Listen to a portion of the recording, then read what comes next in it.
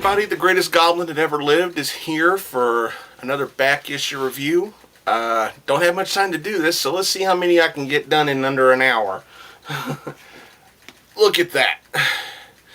I'm getting caught up, folks. I fell way behind because of Christmas shopping, but I'm trying my best to get caught up, and once I do, I'll try my best to get back to my regular schedule. Plus, get caught up on reviews for Dark Avenger Inc. Plus. So, without further ado, and oh, by the way, I hope everybody had a good and happy new year. We're going to just go in alphabetical order. Forget splitting off companies. Just go in alphabetical order and just run with it. We're going to start off with Aquaman, number 26. Jeff Parker is the new writer. Paul Pelletier is still the artist in here. Thank God for that, because his artwork is still awesome. Kind of a generic style of cover, but the artwork is really good, so I'll give it a pass and say I actually like the cover. Jeff Parker's writing, for the most part, it is good. The name of the story is called Pressure. Jeff Parker's a great writer. There's no question about that. But it's real simple to compare his writing to that of Jeff Johns. Don't get me wrong. This book was good. But it's kind of simple for me to point out the distinction between Parker and Johns. It seemed that Johns had puts much more drama in the storytelling when it comes to Aquaman than Parker does. Parker does give his fair share of drama in here, but I just feel like Johns focuses a little bit more on drama rather than Parker does with the whole awkwardness. It's like Arthur's late for another, what's the term they use? Royal meeting, discussing what's best for Atlantis. He's late again, and it's like I'm seeing a little bit of awkwardness in the dramatic moments with Parker's writing. Not to say that Johns never had it, but it's easier to spot with Parker's writing. And once again, the Atlantean people are questioning Arthur's loyalty to Atlantis. They're saying he's focusing more on the surface land, and for the most part, it comes off that way. But thankfully, for the moment, him and Mara are still together. I'm hoping that DC has changed their minds about breaking them up, because they work well together. They have good chemistry, and it's not just because it was written that way. When it's written that way and when the storytelling is good, it makes you feel good to see such good chemistry between king and queen, husband and wife. It's really, really fitting. Arthur is called away to, I believe it's Iceland. If I want to say, let me double check just to make sure.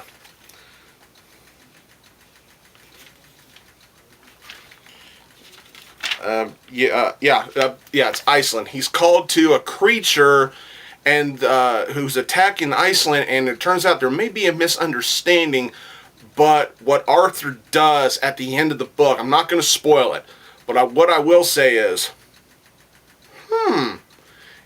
interesting cliffhanger, very interesting. It wasn't bad.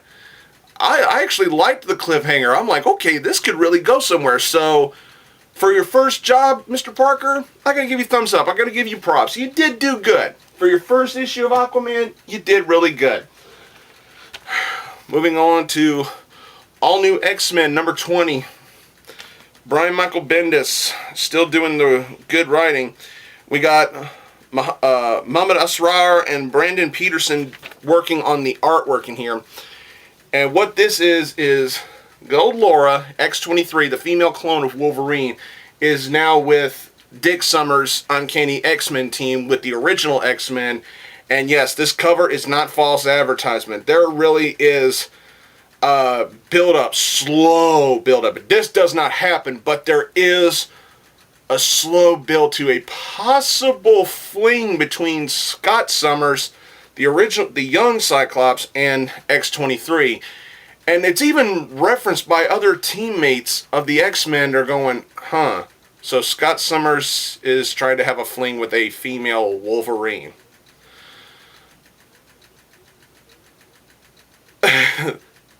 The inner nerd, the true inner nerd in me wants to snicker my ass off at that, of just how poetically silly that is. It's just it's just hilarious. I like that. But Laura and the young X-Men, along with Kitty Pryde, they go to stop a gang of purifiers. There's some good one-liners from the X-Men, including Jean using her mind powers to control some of the purifiers. It's like, God tells us we should all get naked. I kind of chuckled at that. That was kind of funny. But it's during the fight between the X-Men and the purifiers. Something happens with a certain someone, and I'm not going to ruin it. But all I'm going to say is the cliffhanger. Damn. This was good. Mr. Bendis, I don't know what it is, but you've just been killing it. I'm loving this stuff. Thank you for another solid issue of All New X-Men. Moving on to Old Webhead. The world's greatest superhero, The Amazing Spider-Man, issue number 700.2. This is the variant cover. I'm keeping these out of bag because sometimes I need to remember who to prop here. David Morrell and Klaus Janson are the two head talents on here. The writing is actually really good. This was miles better than issue 700.1 was. In here, in this issue, the blizzard and the ice storm in New York is getting way out of control. Peter knows he has to get to Aunt May, but along the way, he makes stops here and here and here and here and here and here to help save people who are in a jam, who are in a tight spot because of the bad weather. And this right here is a great example of the Spider-Man that I love. He knows he can't do everything at once. He knows that even he has limits. And he knows that. But he doesn't let it slow him down. He does whatever he can and then some to be a good hero. To, be there for the common person who's, in a jam. This right here was a great way to remind us that Peter Parker is a hero. Even though he tries too hard sometimes, he knows he's got limits. But he always tries to exceed those limits to be a hero. And that's the Peter Parker, the Spider-Man that I love. This was a solid read. Very, very well done. With a very cutesy-wootsy ending.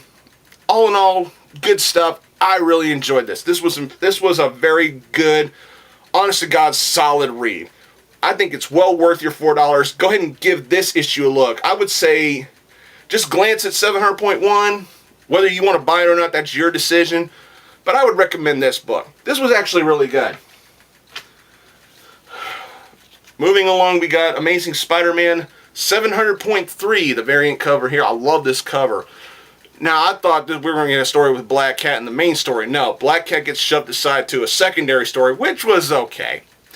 It was okay. The artwork, artwork was hit or miss with me on the second story with Black Cat, but the main story involves Peter.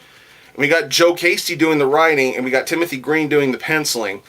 This is part one of a story called The Black Lodge, and I think that probably gives it away of where Peter ends up in this issue. He ends up in, the hospital for supervillains, but by accident. He's in a tremendous fight with Firebrand, but Firebrand uses what looks like a trump card. Just go all out and just unleash all hell on Spider-Man, and to the point where he almost completely burns Peter up to nothing. It's like the EMTs and the paramedics get the body. They don't know who it is. He's so burned. He's so charred. He's so torn to shit by all the fire and all the flames. Nobody recognizes him. Nobody can even ID him as just the kid Peter Parker. It's like, forget about saying whether or not he's Spider-Man. But he ends up in a hospital, and as things go along, Peter's just begging his healing factor, which isn't as powerful as Wolverine's, but he's begging his healing factor, come on, heal me, heal me, heal me, because he finds out where he is. He's in a hospital that specifically treats supervillains, and he runs into one of his old school villains in here, and once Peter realizes where he is, he's like, shit, I gotta get out of here. Come on, heal, I gotta get out of here. But unfortunately, the cliffhanger at the end of the first story suggests that Pete's in deep shit, and I'm ready to see part 2. I don't have issue 700.4.5 yet, But once I get them and once I read them, I'll review them. This was really good. Very, very heavy on the holy shit scenario for Peter. Very good stuff. And like I said, the Black Cat story, the second story, it was okay for what it was. Alright, it's time to go Batsy. We're going to start with Batman 66, number 6. The Conqueror, Bookworm. Also featuring Olga, Queen of the Cossacks.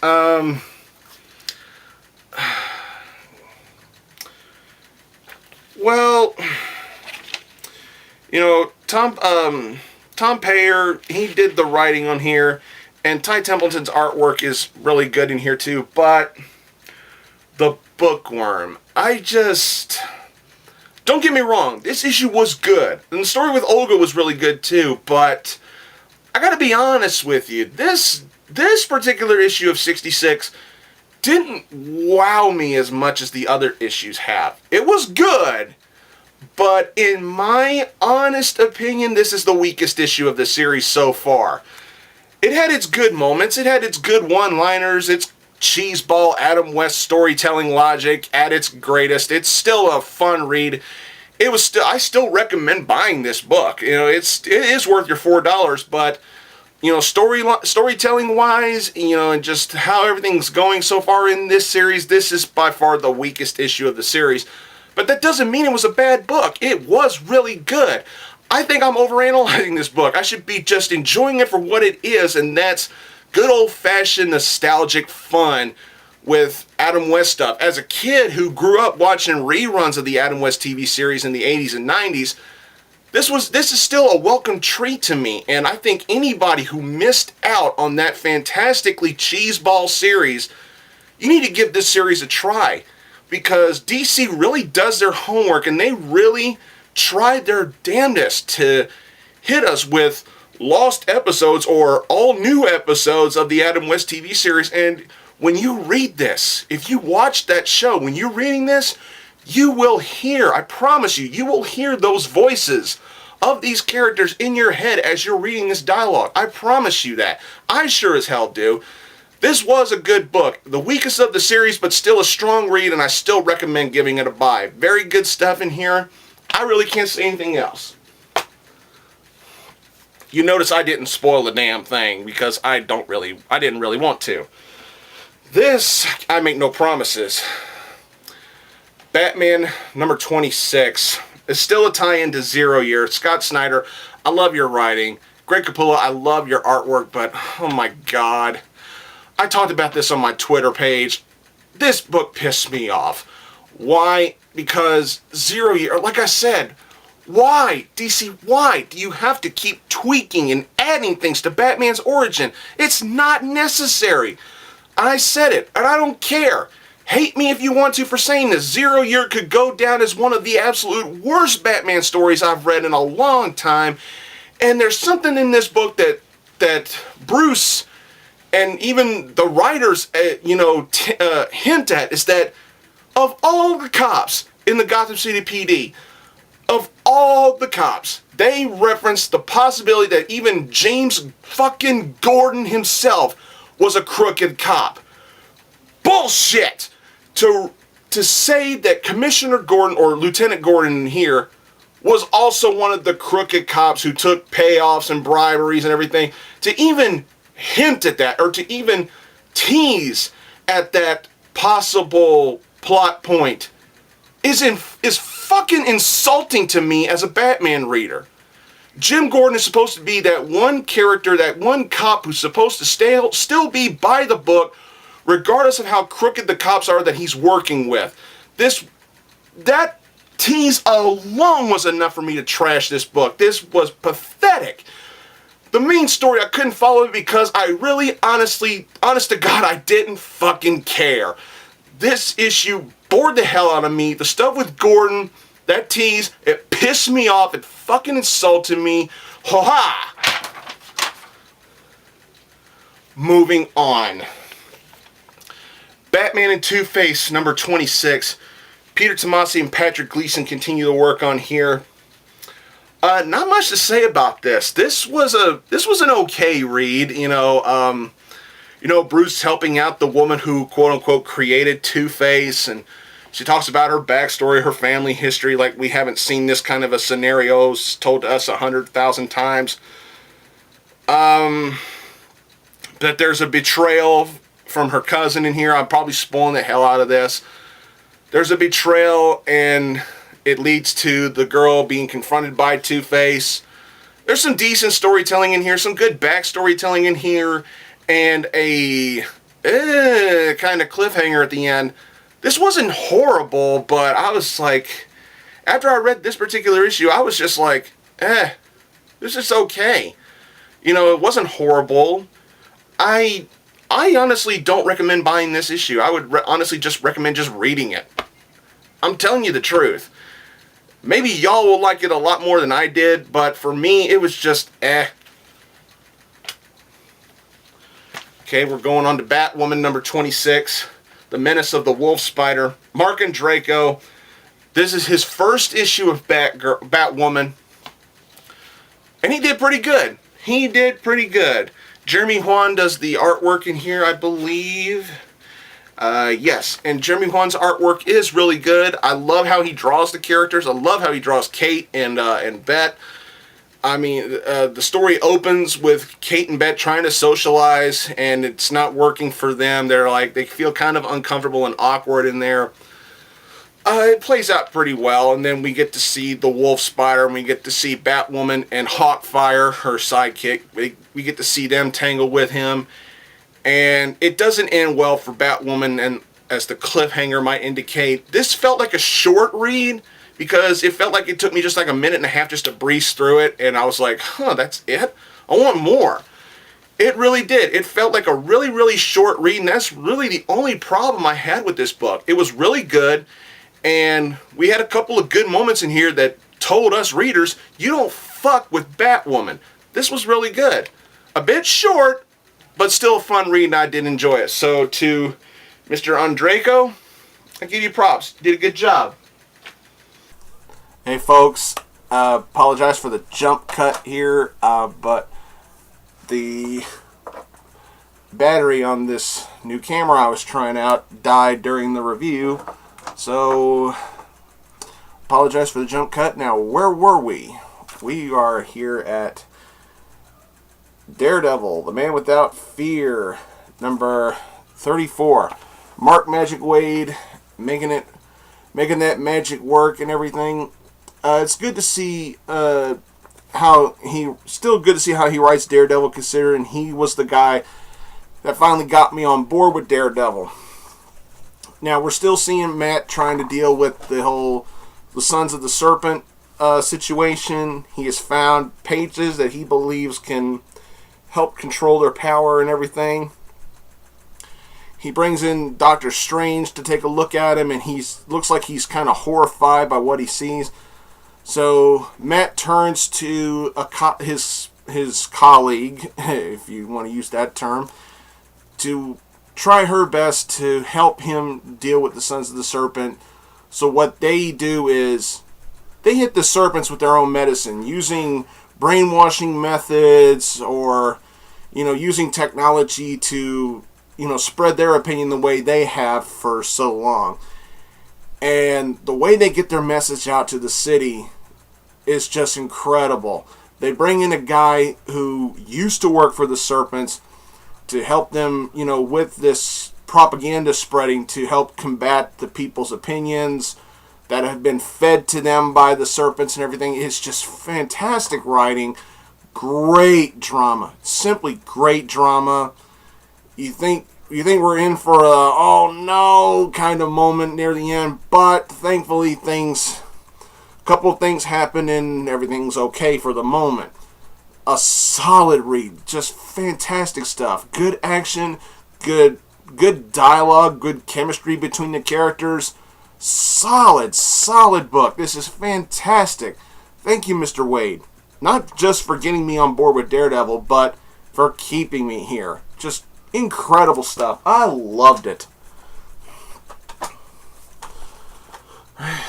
Moving on to The Fastest Man Alive, The Flash, number 26. This is Christos Gage, his big debut on the Flash title. And we got Neil Googe with the artwork. The writing was okay for what it was, but I'm gonna have to be brutally honest again. I miss Francis Manapul's artwork already because his artwork, in my opinion, does a much nicer job of capturing Flash's speed movements better than Googe's artwork does. You know Flash is doing fast things, but Francis Manapul's artwork had a certain style to it. It had a unique touch to it to where you could tell what Barry was doing when he was doing something incredibly fast, and it just looked magnificent on print. But Googe's artwork, the only things you can see Barry doing is just running, because you can see the zip line behind him, but when he moves his arm around and everything, you don't really see the drawn movements of the arm. You just see the cyclone is underneath his hand. It looks like he's just basically shooting a tornado out of his fingertips. It looks really lackluster. Mr. Googe needs to add more depth to drawing how Flash does his speedy movements and everything. Even the multiple leg shots that Francis Manapul used to do, I already missed them too. He had a unique way of showing us Barry doing stuff really, really fast. And I'm already missing that. I did not like the artwork in this issue. I didn't. Because there are a few panels where Barry's kind of grunting and he looks like he's in his 50s, the way he's drawn in some panels. When he's grunting and everything like that, I don't like it. I really, really don't. But like I said, the writing was good for what it was, and it was Flash going after Spitfire and everything. Really crazy chick. There's a couple of scenes that just reeked of plot convenience in here, but all in all, I think it was an okay start to Gage's run. But look, no offense to Neil Googe. No offense at all. Put Francis Manapul back on the artwork because he was so much better. Or get a new artist who knows how to draw speedy movement and make us readers believe what we're seeing when we see fast movement. Because Googe, I'm sorry, you probably have good artwork in your repertoire and everything, but as far as Flash goes, you don't have it. I'm sorry. Moving along to Green Lantern New Guardians number 26, and let me do something with that light. Light's a little bright.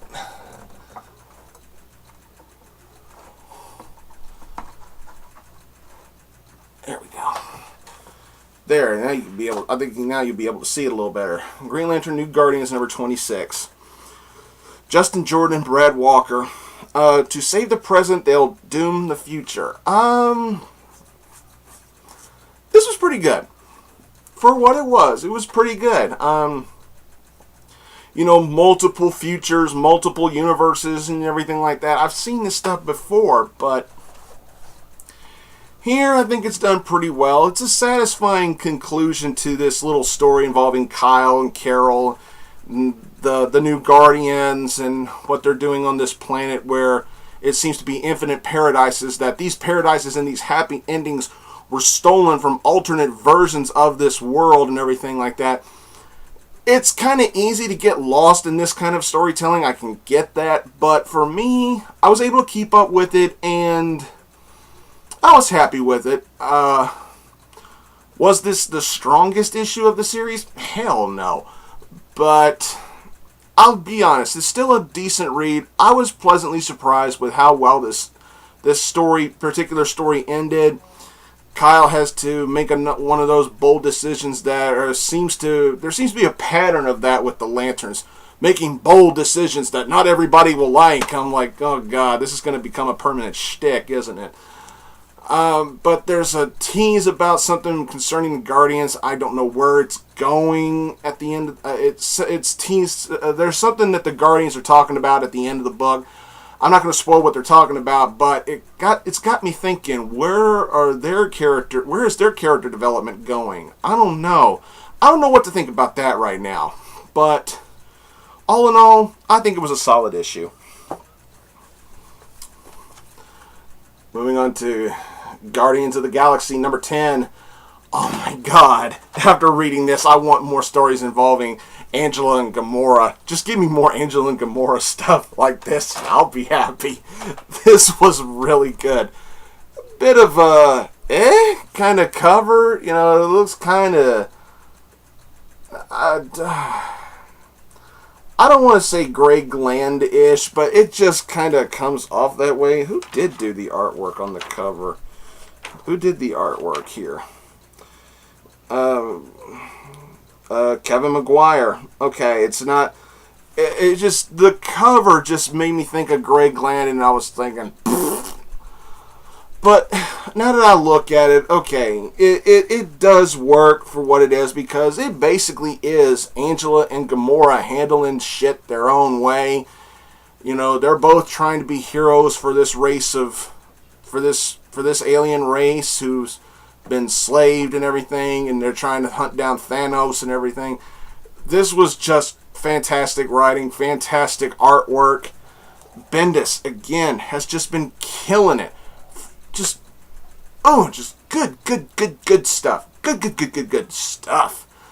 And, I don't really know what else to say. I mean, Star-Lord and Rocket Raccoon, they come in later on in the book, and it's just the one-liners and the good chemistry just continue to flow, and I'm happy with everything I see.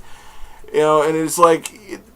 I just loved the chemistry between Angela and Gamora. I mean, it's not a love-hate relationship.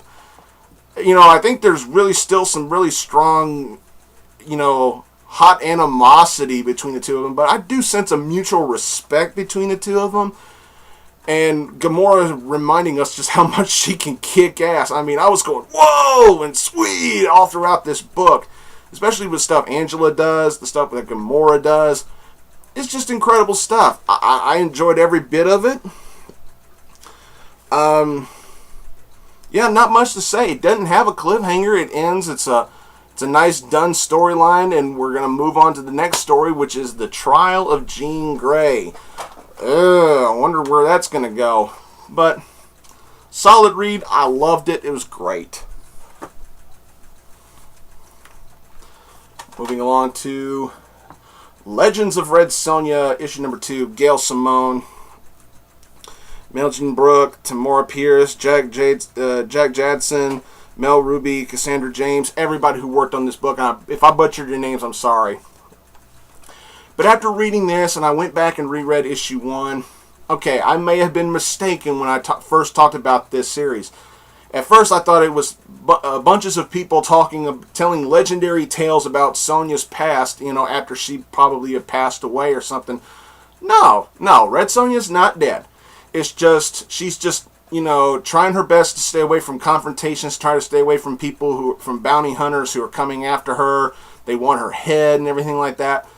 And it's mostly just Sonja being Sonja, and all along the way, we're being given flashbacks to some of Sonja's best, some of her best and probably most infamous stories from people, told by people she helped. Is just really good stuff.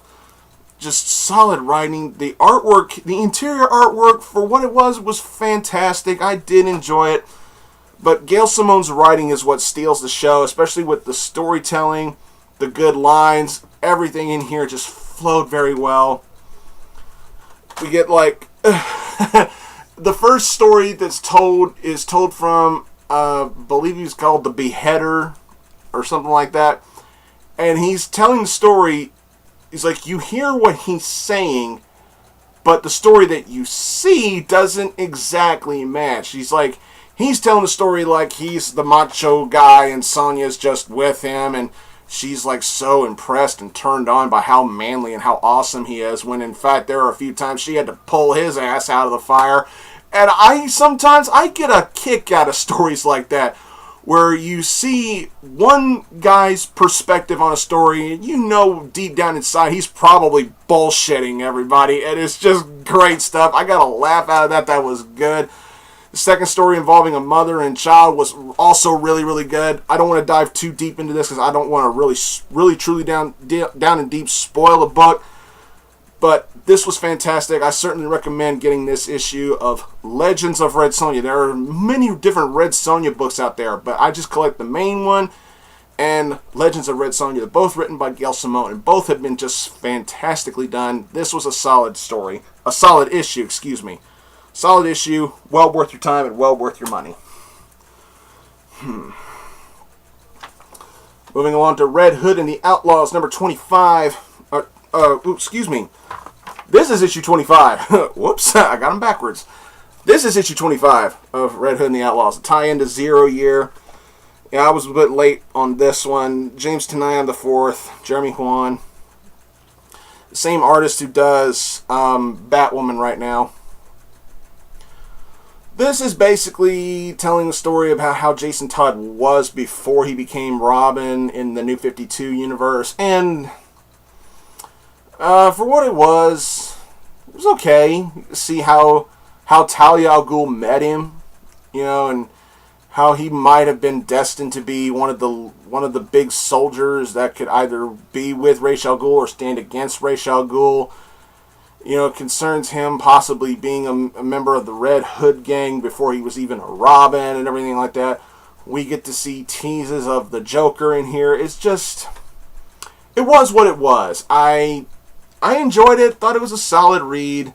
But then again, it is Zero Year. I'm kind of burnt out on backstories about the Batman family. I'm like, we get it. Jason Todd was a troubled kid. He had a troubled past before he became Robin. Guess what, DC? We already fucking know that. We already know that he had a past with the Al Ghuls. We already know Bruce's parents got fucking shot outside a theater and he saw a bat in the window. He said, I'm going to become a bat. We already know that. We knew Barbara Gordon was the daughter of Commissioner Gordon, wanted to help join Batman in the fight. We get it. We know Dick Grayson's parents were killed in accident at the circus. We get it. How many times do we have to be reminded of these fucking origins, and how many times do they have to be tweaked and twisted and shit has to be added to it? Why? Because it makes it more compelling? We already fucking know what they went through before they became a Bat family member. We already know. Don't continue to tweak. Don't continue to add shit. Don't continue to fucking retell it over and over and over and over again. You must think, DC, you and Marvel must think us readers are just completely fucking stupid with your constant need to retell origins over and over and over and over again. Despite all the bitching I just did, I still say this was a solid read. Probably one of the better tie-ins to Zero Year. I would say give it a read. Alright, now we're moving on to issue 26 of Red Hood and the Outlaws. This was okay. Not really much to say. Starfire needs more spotlight. Jason Todd's is Jason Todd and fuck Arsenal. There you go. Fuck Arsenal. Fuck Arsenal. Roy Harper, Red Arrow, who the fuck cares? I don't fucking care. Fuck them. Alright, moving on. Red Lanterns number 26. They came as liberators. How's that working out? This was good. This was really good. The Red Lanterns, particularly Guy and some of his forces, they're in a real pickle. Yeah, and how they get out of it was really, really fun. I love this stuff. And, Charles Soule does the writing, but, oh, look who does the artwork. It's Jay Calafiore. Ooh, where have I seen his artwork before? That's right, Mr. Secret Six himself. This is really good stuff. This, is like they get their asses pulled into some sort of a chamber that kind of blocks their rage, and they start mellowing out a little bit and everything. And, the stuff with Atrocitus and Dexstar in here was very, very good. I liked how Guy and his team got out of the pickle that they were in. I honestly don't know why so many people are hating on this series. I think it's good. It's very underrated. I want to see more and more reviewers talk about how much they love this series. If you really do love Red Lanterns, if you honestly do, voice your opinion on it. Tell us about it. Tell us what you think makes this series awesome. What makes this series tick to you? If you want to talk about your love for Red Lanterns, then God damn it, do it. I want to hear some more love for this series. I don't know why it gets so hated. Because it's not Hal Jordan, it's not the Green Lanterns, dude. Whatever. You know, not everything associated with Lanterns can be about Hal fucking Jordan. Just take it for what it is. This is really good stuff. I actually enjoy it. It's good. It's damn good. Moving along to Scarlet Spider, number 25. All the power, none of the responsibility. This is the last issue of the series, and it's a damn shame to see this book go. But was it a satisfying finale? Yeah, I think it was. Because this is Kane's last hurrah in Houston, and it's easy to see why it was his last hurrah in Houston, considering what happens in here.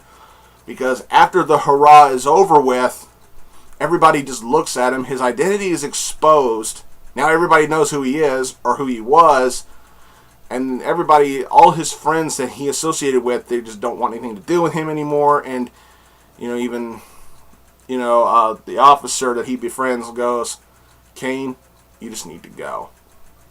And Kane's always realized, and he's always known in his heart, that he's not a hero. He's a monster. He's a killer. But he doesn't want to continue that lifestyle. So him and Araceline, they've gone away, and they're trying to get away from the Houston backlash to all the stuff that they went through. It's a solid departure for the series.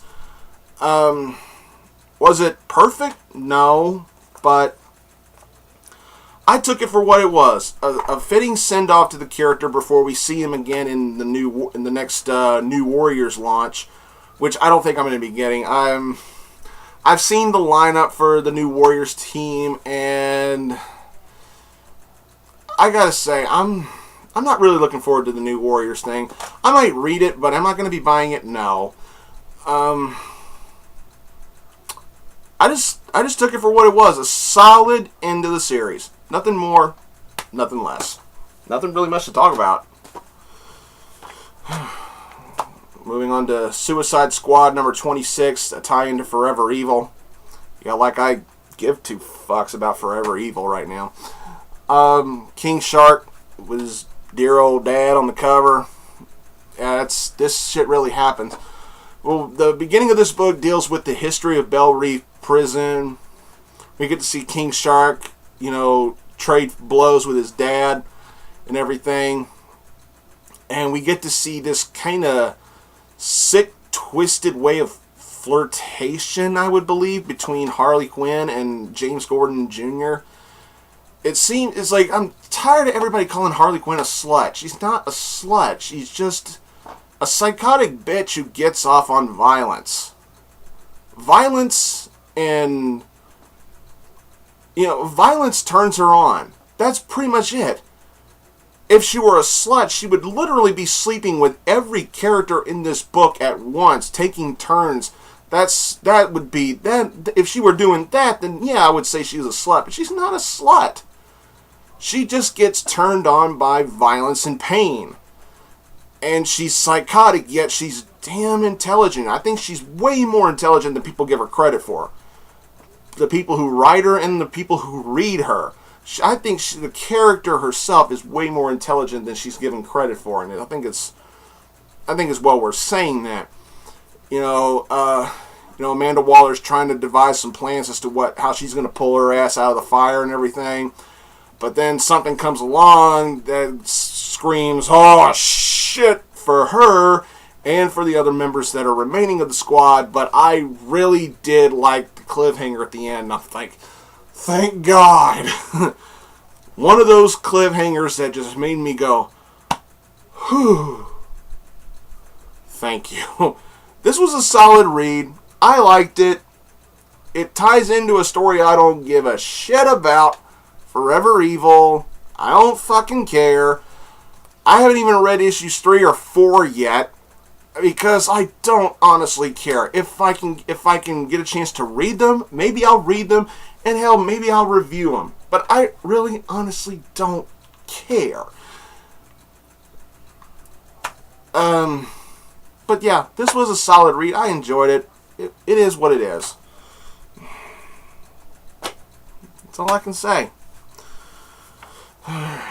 Moving on to the Superior Spider-Man number 24. Dan Slott and Christos Gage do the writing. We got Humberto Ramos on artwork. Oh my god, I am really seriously getting burnt out on Superior Spider-Man. Dear Marvel, when the fuck are you going to bring Peter Parker back? I am one of those fans. Yes, Marvel, suck it up and look at it for what it is. I'm one of those fans that wants Peter Parker back. Deal with it. There's plenty of... The letter section at the end of this issue suggests that Marvel looks at us readers as nothing but a bunch of gripers that want Peter Parker back. You know what? Fuck you for that remark. Yeah, we want Peter Parker back, because he is Spider-Man. The fact, it's like this series was fun for a while, but I was like, now it's like, and you teased possibly another year of Ox Spidey? Nah, that ain't gonna fly with me. If you're honestly gonna do another year of Doc Ock Spidey, I can't promise I'll stick with it. I really can't. Because it was fun for a while, but now I'm really getting burnt out, not just on Ox Spidey, but I'm also getting burnt out on how almost absolutely nobody's able to put it in their fucking minds that this is not how Peter Parker acts. This kind of storytelling has made the Avengers look stupid, it's made Mary Jane look stupid, it's made Aunt May and her husband Jay look stupid. It's made everybody in the supporting cast of Spider-Man look incredibly stupid because they should know, this is not how Peter Parker acts. Thankfully, we have at least one or two characters who have possibly picked up on the secret.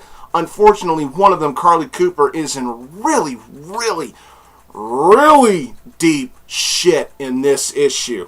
I am not going to spoil at all what happens to her. All I'm going to say is, oh my God. But things turn to shit when Peter acts completely off base with Aunt May and Mary Jane, and neither one of them are able to think, that's not how Peter would act. There must be something wrong with him. No, they just think Peter's acting like a dick, and they should think to themselves, this is not Peter. Even if he does have the symbiote on him, it's not Peter.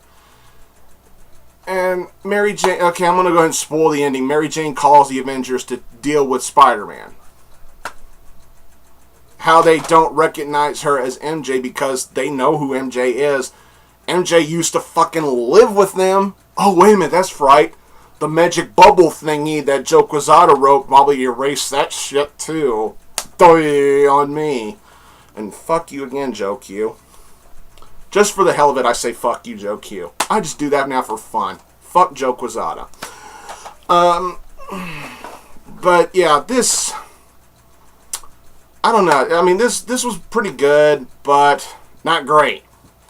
Maybe it's just the Spider-Man fanboy in me raging for Peter to come back, because I'm really getting burned out on Superior. It was fun for the most part when it started, but now you're just heading into overkill. It's only a matter of time before I can't fucking deal with it anymore. Speaking of shit I can't deal with anymore, Uncanny Avengers, number 15. I want you all to get a good look at this book. This is the absolute last issue of Uncanny Avengers that I will be reviewing.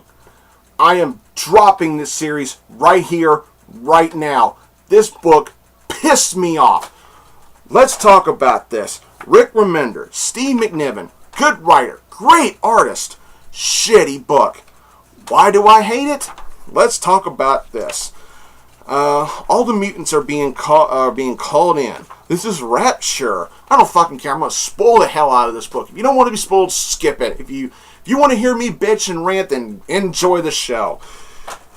The Avengers Unity Squad, the mutants are in deep shit. They're being called in by assistance. However, the Apocalypse Twins have caught wind of this. They already know the mutants are being called in, and they had a contingency plan for that.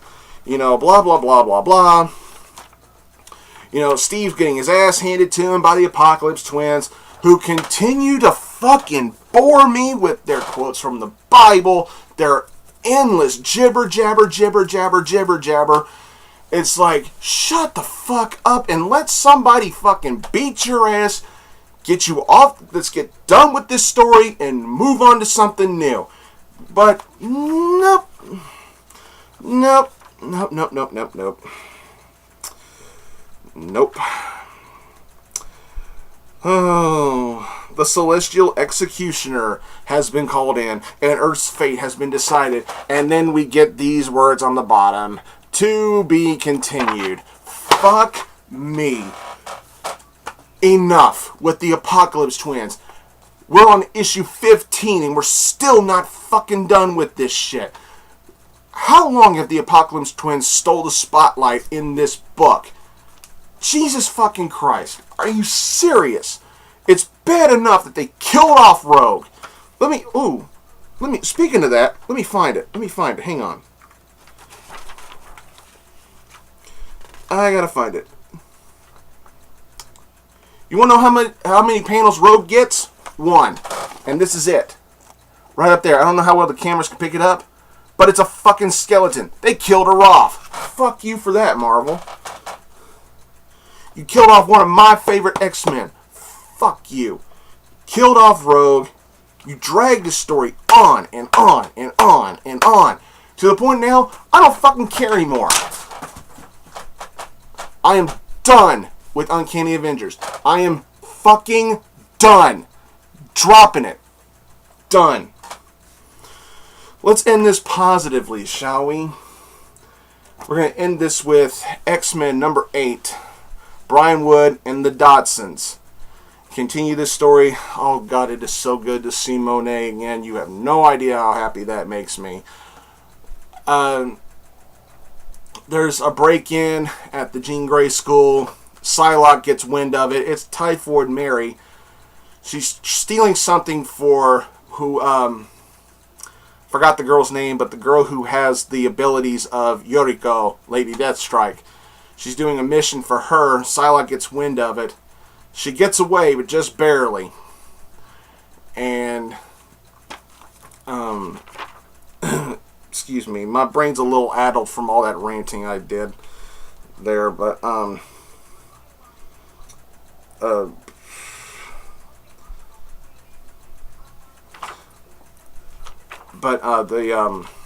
brother of Archaea is called in.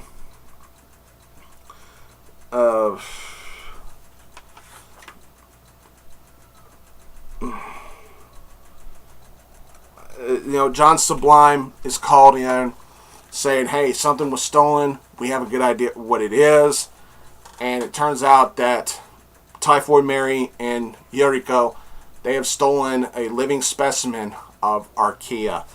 What do they want to do with it? I'm not going to spoil that. But later on down the line, they come across another certain female of the Marvel Universe, and they decide to form a partnership. Now, who this girl is? I'll go ahead and spoil it. It's the original Enchantress. The original Enchantress that was banished and stripped of her powers by Thor. Because the new Enchantress is a bit of a teenager who last made her appearance in the Fearless Defenders series. But it's Aurora, the original Enchantress. She's called in by Yuriko and Typhoid Mary. Turns out the sample of Archaea that they stole is not actually alive anymore. It died. But they might have found out where another living sample of Archaea may be, and they decide to form a sisterhood, if you will. Very good stuff. Typhoid Mary wants a raise in her stake of this plan, and it's understandable when you look at her character. all in all, really solid read. I enjoyed it. Fantastic stuff. I'm waiting for the next parts of this story. This series has been very, very well done. Is it as strong as the stuff Bendis and Jason Aaron are doing? Not really, but for what it is, it's solid. I like it. I think you would too. Give this run of X-Men, give it a chance. I think you'll like it. Well, that's all I got for this review, everybody. Hope you appreciated my brutal honesty, my bitching and my ranting, and my praises.